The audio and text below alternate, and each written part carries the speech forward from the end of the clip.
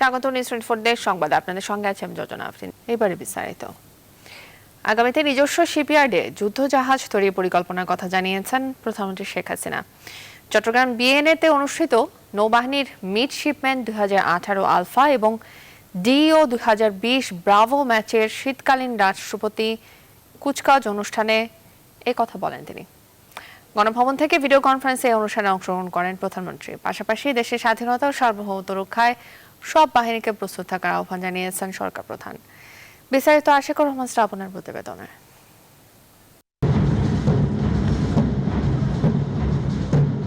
চট্টগ্রামে বাংলাদেশ নেভাল একাডেমিতে নৌবাহিনীর রাষ্ট্রপতি কুচকাওয়াজ অনুষ্ঠান। নৌবাহিনীর মিডশিপম্যান 2018 আলফা এবং ডিইও 2020 ব্রাভো ব্যাচের নবীন অফিসাররা এই কুচকাওয়াজে অংশ নেন। গণভবন থেকে ভার্চুয়ালি সেই আয়োজনে যোগ দেন প্রধানমন্ত্রী শেখ হাসিনা। অনুষ্ঠানে কৃতি প্রশিক্ষণার্থীদের হাতে প্রধানমন্ত্রীর পক্ষ থেকে পুরস্কার তুলে দেন নৌবাহিনীর প্রধান অ্যাডমিরাল মোহাম্মদ শাহিন ইকবাল। এবছর মিডশিপম্যান 2018 আলফা ব্যাচে 31 জন এবং ডিইও 2020 ব্রাভো ব্যাচে 32 জন ডিরেক্ট এন্ট্রি অফিসার শিক্ষা সমাপনী সনদ নেন। আনুষ্ঠানিকতা শেষে শুরু হয় প্রধানমন্ত্রীর ভাষণ। শক্তিশালী নৌবাহিনী গড়ে তুলতে সরকারের বিভিন্ন উদ্যোগের কথা তুলে ধরেন তিনি। আমাদের নৌবাহিনীকে আরো শক্তিশালী করবার জন্য আমরা ইতিমধ্যে 27টি যুদ্ধজাহাজ সংযোজন করেছি। 2017 সালে নৌবহরে 2টি অত্যাধুনিক সাবমেরিন আমরা সংযোজন করেছি। ফলে আমাদের বাংলাদেশ নৌবাহিনীকে আমরা একটা সম্পূর্ণ ত্রিমাত্রিক বাহিনীতে রূপান্তর করতে সক্ষম হয়েছি। কিন্তু কার সঙ্গে যুদ্ধ নয়, সকলের সাথে বন্ধুত্ব, কারোর সাথে বৈরিতা নয়। এই পররাষ্ট্র নীতি নিয়েই আমরা চলবো। আমরা শান্তি চাই, যুদ্ধ চাই না। কিন্তু আমাদের দেশের স্বাধীনতা সার্বভৌমত্ব রক্ষায় আমাদের সব ধরনের যেন উদ্যোগ থাকে এবং প্রশিক্ষণ থাকে। নবীন অফিসারদের জাতির পিতার নির্দেশনা মেনে চলার আহ্বান জানান শেখ হাসিনা। পাশাপাশি বলেন দেশেই যুদ্ধজাহাজ তৈরির প্রস্তুতির কথা। আমি সরকার আসার পরে আমাদের খুলনা শিপইয়ার্ড সেটা নৌবাহিনীর হাতে তুলে দিই। আমরা ড্রাই ডকইয়ার্ড যেটা চট্টগ্রামে সেটা এবং নারায়ণগঞ্জে সেটা আমরা নৌবাহিনীর হাতে তুলে দিই। লক্ষ্য হলো যে আমাদের নিজস্ব শিপইয়ার্ডে আমরা আমাদের যুদ্ধজাহাজও তৈরি করব এবং যার কাজ ইতিমধ্যে আমরা কিছু কিছু শুরুও করেছি। সমুদ্র সম্পদকে কাজে লাগিয়ে দেশের অর্থনীতিকে এগিয়ে নিতে সরকারের উদ্যোগের কথা তুলে ধরে প্রধানমন্ত্রী বলেন মুজিব বর্ষে কেউ গৃহহীন থাকবে না। এছাড়া প্রাকৃতিক দুর্যোগ সহ দেশের বিভিন্ন প্রয়োজনে নৌবাহিনী সদস্যদের ভূমিকার প্রশংসা করেন সরকার প্রধান। আশিকুর রহমান শ্রাবণ, নিউজ 24, ঢাকা। 2020 সালের পুরো বছরই করোনাকালীন বৈশ্বিক প্রেক্ষাপটে অস্তিত্ব সংকটে পড়েছে চট্টগ্রামের তৈরি পোশাক শিল্প। রফতানি আদেশ বাতিল, নতুন আদেশ না পাওয়া সহ নানা কারণে স্বাভাবিক সময়ের চেয়ে এই শিল্প উৎপাদন কমে গেছে। এই অবস্থায় টিকে থাকতে না পেরে ব্যবসা গুটিয়ে নিচ্ছেন অনেক উদ্যোক্তা। পোশাক শিল্প ব্যবসায়ীরা বলছেন সরকার সহায়তা অব্যাহত থাকলে আবারও ঘুরে দাঁড়াবে এই শিল্প। চট্টগ্রাম থেকে নয়ন বরাজর তথ্যচিত্রে দেখুন ডেস্ক রিপোর্ট। চট্টগ্রামে বিজিএমইএ এর সদস্য কারখানার সংখ্যা 689টি। তবে সম্প্রতি ব্যবসায়িক লোকসান সহ নানা কারণে করোনার ধাক্কায় বন্ধ হয়ে গেছে অন্তত 25টি তৈরি পোশাক কারখানা। বিশ্বজুড়ে করোনার দ্বিতীয় ঢেউয়ে শঙ্কার কথা জানালেন এই পোশাক শিল্প উদ্যোক্তা।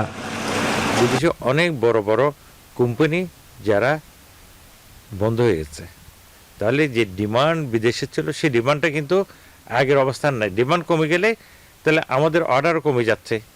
ব্যবসায়ী নেতারা বলছেন শুধু করোনার সময় নয়, এর আগেও রাজনৈতিক অস্থিরতা সহ বিভিন্ন সমস্যার কারণে আরও অনেক কারখানাই বন্ধ হয়ে গেছে। এখন বর্তমানে উৎপাদনে আছে 300টি কারখানা। তবে এই পোশাক শিল্প বাঁচাতে দরকার সরকারের সহযোগিতা। আমরা যেভাবে চালিয়ে এসেছি সরকারি সহযোগিতা নিয়ে, এবং এই সহযোগিতা যদি থাকে এবং আমরা যদি কোনোভাবে আগামী 6 মাস চালিয়ে নিতে পারি তাহলে একটা সম্ভাবনা আসতেছে, এটা আমি মনে করি। করোনার মধ্যেও অন্যান্য দেশের তুলনায় বাংলাদেশের অর্থনীতির সূচক বেড়েছে। তবে পোশাক শিল্প খাতে সরকারের সুনজর থাকলে অর্থনীতির গতি আরও বাড়বে, অভিমত অর্থনীতিবিদদের। বিদেশি অর্ডার আসারও একটা ভয় আছে যে ওখান থেকে অর্ডার কমে যেতে পারে, কারণ এখন গোটা দুনিয়াতে একই রকমের ধাক্কা সামনে আরও আসবে বলে ভয় হচ্ছে। তো সুতরাং ভবিষ্যতের কথা চিন্তা করলে আমাদেরকে তৈরি থাকতে হবে। এদিকে আসার কথা হলো পোশাক শিল্পের পাশাপাশি গার্মেন্টস অ্যাক্সেসরিজ ব্যবসায় এগিয়ে এসেছেন অনেক তরুণ উদ্যোক্তারাও। Desk report, news 24। দেশের বৃহৎ চালের মোকাম নওগাঁয় সপ্তাহ ব্যবধানে কেজিতে চালের দাম বেড়েছে 3 থেকে 4 টাকা। পৌর চাল বাজারে স্বর্ণা 5 কেজি প্রতি 46 থেকে 47 টাকা, জিরাশাইল 58 টাকা, আটাশের চাল 55 টাকা, সম্পা কাটারি 60 থেকে 62 টাকা দরে বিক্রি হচ্ছে। এতে চরম দুর্ভোগে পড়েছেন মধ্যবিত্ত সাধারণ খেটে খাওয়া মানুষ। আর বরাবরের মতো খুচরা আর পাইকারি চাল ব্যবসায়ীরা দোষ চাপালেন মিলারদের ওপর। দেশের সিংহভাগ চাল নওগাঁ জেলা থেকে সরবরাহ করা হলেও চালের মূল্য অস্বাভাবিকভাবে বৃদ্ধি পাওয়ায় ক্ষুব্ধ সাধারণ ক্রেতারা।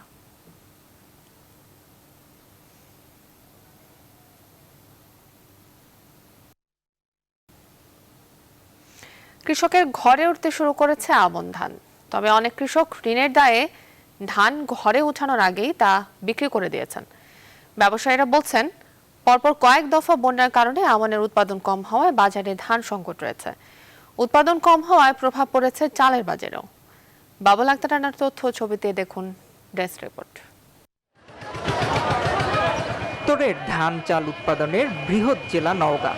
বর্তমানে জেলার বিভিন্ন হাট ও বাজারে প্রকারভেদে প্রতিমন স্বর্ণা 5 জাতের ধান বিক্রি হচ্ছে 1050 থেকে 1100 টাকা, গুটি স্বর্ণা 1020 থেকে 1050 টাকা, কাটারি 1150 থেকে 1200 টাকা এবং জিরাশাইল 1300 থেকে 1320 টাকা। অনেক কৃষক ঋণের দায়ে ধান ঘরে ওঠানোর আগে মাঠে বিক্রি করে দিয়েছেন, তাই বর্তমান বাজারে ধানের আমদানি কম। যারা দরিদ্র কৃষক আছে, তাদের তো মোটামুটি ধান বিক্রি করে শেষ। যারা প্রকৃত কৃষক আগে ধান তারা বেচা কিনা শেষ করে দিচ্ছে। ব্যবসায়ীরা বলছেন, বাজারে ধান আমদানি কম থাকায় চাহিদা বেড়েছে, তাই বাজারে ধান সংকট। বর্তমান বাজারে ধানের আমদানি মোটামুটি কম, যার কারণে ধানের চাহিদা বেশি হওয়ার কারণে ধানের বাজারটা বর্তমানে আমাদের হাতে যে ধানগুলো আমদানি আগে যে হচ্ছিল সেই অনুপাতে ধান আর আমদানি হয় না, বাজারে তো ধান নাই। আর চালকল মালিকরা বলছেন, পরপর কয়েক দফা বন্যায় আমনের ক্ষতি হয়েছে ব্যাপক। যেখানে 16 থেকে 18 মন হওয়ার কথা, সেখানে বিঘাপতি 8 থেকে 9 মন ফলন হয়েছে, তাই বাজারে ধান আমদানি কম। তো গত বছর প্রচুর বৃষ্টি আর কয়েক দফা বন্যা, এই কারণে উৎপাদনের যে হার অর্ধেক আসছে। কারণ গত বছর যেটা উৎপাদন হয়েছে 16 মন, এবার 8 থেকে 9 মন উৎপাদন হয়েছে। চলতি মৌসুমে নওগাঁ জেলায় আমন ধান উৎপাদন হয়েছে 1,91,027 হেক্টর জমিতে। Desk report, news 24। একাদশ জাতীয় সংসদ নির্বাচনে ক্ষমতাসীন আওয়ামী লীগের জয়লাভের দ্বিতীয় বর্ষপূর্তি আজ। এই উপলক্ষে সারা দেশে গণতন্ত্রের বিজয় দিবস উদযাপন করছে দলটি। অন্যদিকে 30 ডিসেম্বরকে গণতন্ত্র হত্যা দিবস আখ্যা দিয়েছে। দেশব্যাপী নানা কর্মসূচি পালন করছে বিএনপি। মাগুরায় র্যালি ও আনন্দ শোভাযাত্রা করেছে জেলা আওয়ামী লীগ ও এর অঙ্গ সংগঠন। শোভাযাত্রা শেষে নোমানী ময়দানে আলোচনা সভা অনুষ্ঠিত হয়। চাঁপাইনবাবগঞ্জে জেলা আওয়ামী লীগের দলীয় কার্যালয়ের জাতীয় ও দলীয় পতাকা উত্তোলনের মধ্য দিয়ে কর্মসূচির সূচনা হয়। পরে একটি শোভাযাত্রা নিয়ে শহরে গুরুত্বপূর্ণ সড়ক প্রদক্ষিণ করে বঙ্গবন্ধু মঞ্চে সংক্ষিপ্ত সমাবেশ করে দলটির নেতাকর্মীরা। সমাজ কল্যাণ প্রতিমন্ত্রী আশরাফ আলী খান খসরুর নেতৃত্বে নেত্রকোনায় বিজয় মিছিল করেছেন আওয়ামী লীগের নেতাকর্মীরা। দিবসটি উপলক্ষে লক্ষ্মীপুরে আওয়ামী লীগের উদ্যোগে আনন্দ র্যালি ও সমাবেশ হয়েছে। এদিকে ঝিনাইদহে 30 ডিসেম্বরকে গণতন্ত্র হত্যা দিবস হিসেবে পালন করছে বিএনপি। এই উপলক্ষে দলীয় কার্যালয়ের সামনে বিক্ষোভ সমাবেশ করেন বিএনপি ও এর অঙ্গ সহযোগী সংগঠনের নেতাকর্মীরা। রংপুরের দলীয় কার্যালয় থেকে বিএনপি নেতাকর্মীরা বিক্ষোভ মিছিল বের করে সড়কে বের হওয়ার চেষ্টা করলে এতে বাধা দেয় পুলিশ। পরে প্রধান ফটকে সমাবেশ করে তারা। এছাড়া দিবসটি উপলক্ষে বরিশাল ও মানিকগঞ্জ সহ দেশের বিভিন্ন স্থানে পাল্টাপাল্টি কর্মসূচি দিয়েছে আওয়ামী লীগ ও বিএনপি।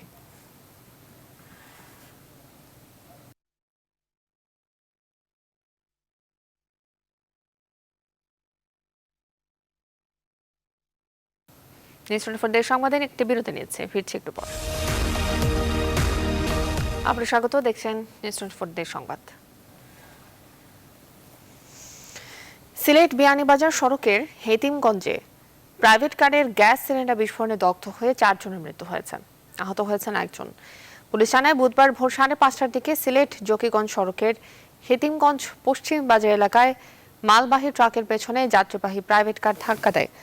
এতে প্রাইভেট কারটির গ্যাস সিলিন্ডার বিস্ফোরিত হয়ে আগুন ধরে যায়। এ সময় অগ্নিদগ্ধ হয়ে ঘটনাস্থলে 3 যাত্রী মারা যান। এছাড়া গ্যাস সিলিন্ডার বিস্ফোরিত হয়ে পাশের কলোনিতে গিয়ে পড়লে আরেক শিশু নিহত হয়। এ ঘটনায় আরও একজন আহত হয়েছেন।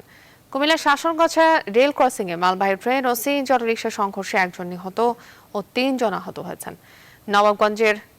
নবাবগঞ্জের শিবগঞ্জে পৃথক সড়ক দুর্ঘটনায় 2 জন মারা গেছেন। এছাড়া মানিকগঞ্জ ও বগুড়ায় আলাদা সড়ক দুর্ঘটনায় মৃত্যু হয়েছে 2 জনের।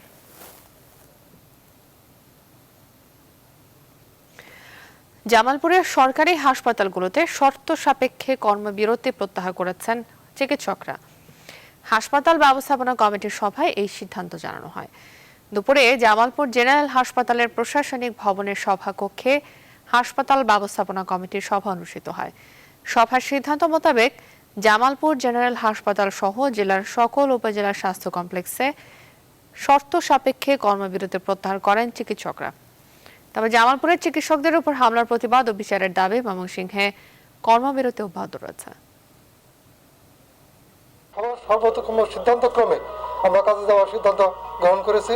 আমাদের স্বাস্থ্যসেবা পূর্বের ন্যায় চালু থাকবে। তাদের যে দাবিগুলি আমরা পর্যায়ক্রমে এটা সমাধান করব। রংপুরের প্রতিবন্ধী রিকশা চালক নাজমুল ইসলামকে পিটিয়ে হত্যার ঘটনায় দায়ের করা মামলায় পুলিশ কনস্টেবল হাসান আলীর 4 দিনের রিমান্ড মঞ্জুর করেছে আদালত। বুধবার দুপুরে Rangpur senior judicial magistrate Fazle ইলাহি আদেশ দেন। এর আগে গত 24 ডিসেম্বর তাকে আদালতে হাজির করে 5 দিনের রিমান্ড আবেদন জানান মামলার তদন্ত কর্মকর্তা তাজহাট থানা পুলিশের উপপরিদর্শক আশরাফুল ইসলাম। ওইদিন বিচারক তাকে কারাগারে পাঠানোর আদেশ দিয়ে বুধবার রিমান্ড আবেদনের শুনানির দিন ধার্য করেছিলেন। একই সঙ্গে হাসান আলীর স্ত্রী সাথী বেগমকে 2 দিন জেল গেটে জিজ্ঞাসাবাদের নির্দেশ দিয়েছেন আদালত।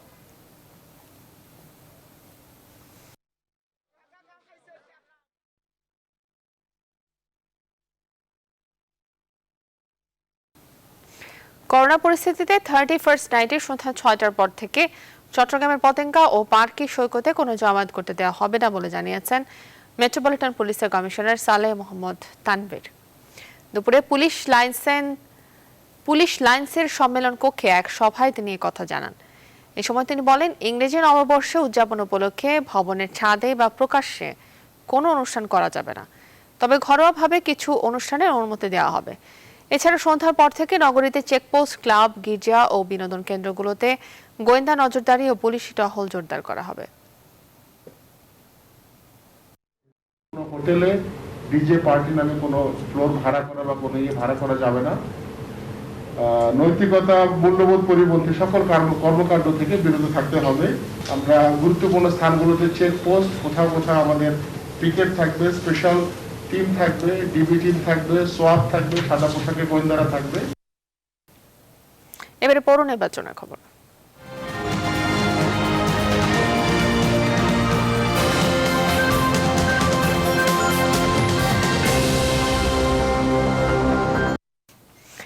আগামী 16 জানুয়ারি অনুষ্ঠিতব্য সিরাজগঞ্জের 5 ও বগুড়ার 3 পৌরসভা নির্বাচনে প্রতিদ্বন্দ্বী প্রার্থীদের মাঝে প্রতীক বরাদ্দ দেওয়া হয়েছে।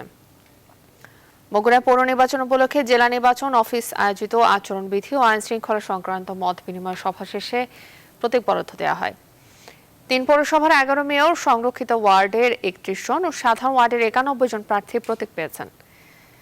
সিরাজগঞ্জে 5টি পৌরসভার মধ্যে কাজীপুর পৌরসভায় বিনা প্রতিদ্বন্দ্বিতায় মেয়র নির্বাচিত হওয়ায় বাকি 4টি পৌরসভায় মেয়র পদে 13 জন, 5টি পৌরসভায় সাধারণ কাউন্সিলর 219 জন এবং সংরক্ষিত নারী আসনে 82 জন প্রার্থীর মধ্যে প্রতীক বরাদ্দ দেওয়া হয়।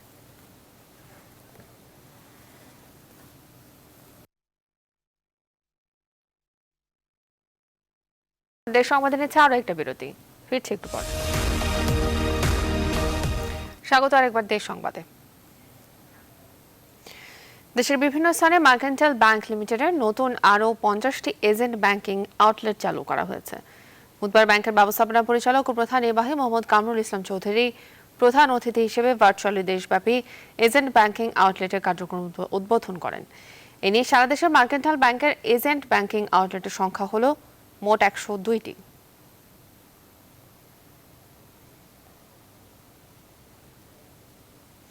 স্বাস্থ্যমন্ত্রী জাহিদ মালিক জানিয়েছেন, বিশ্ব স্বাস্থ্য সংস্থা অনুমোদন দিলে প্রথম ধাপে ভ্যাকসিন পাবে বাংলাদেশ।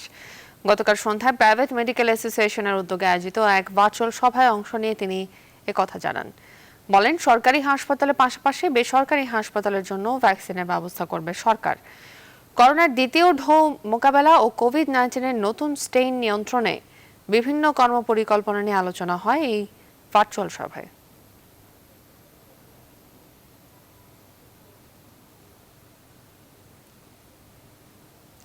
নারায়ণগঞ্জ 3 আসনের সাবেক সংসদ সদস্য আব্দুল্লাহ আল কায়সারের মৃত মাকে নিয়ে আপত্তিকর মন্তব্য করায় ওই আসনের বর্তমান সংসদ সদস্য লিয়াকত হোসেন খোকার বিরুদ্ধে আদালতে মানহানির মামলা হয়েছে। বুধবার দুপুরে কায়সার হাসনাত নারায়ণগঞ্জের senior judicial magistrate Ahmed Humayun কবিরের আদালতে বাদী হয়ে 50 কোটি টাকার মানহানির মামলাটি দায়ের করেন। অভিযোগ অস্বীকার করে আইনি লড়াইয়ের ঘোষণা দিয়েছেন মামলার বিবাদী সংসদ সদস্য লিয়াকত হোসেন খোকা।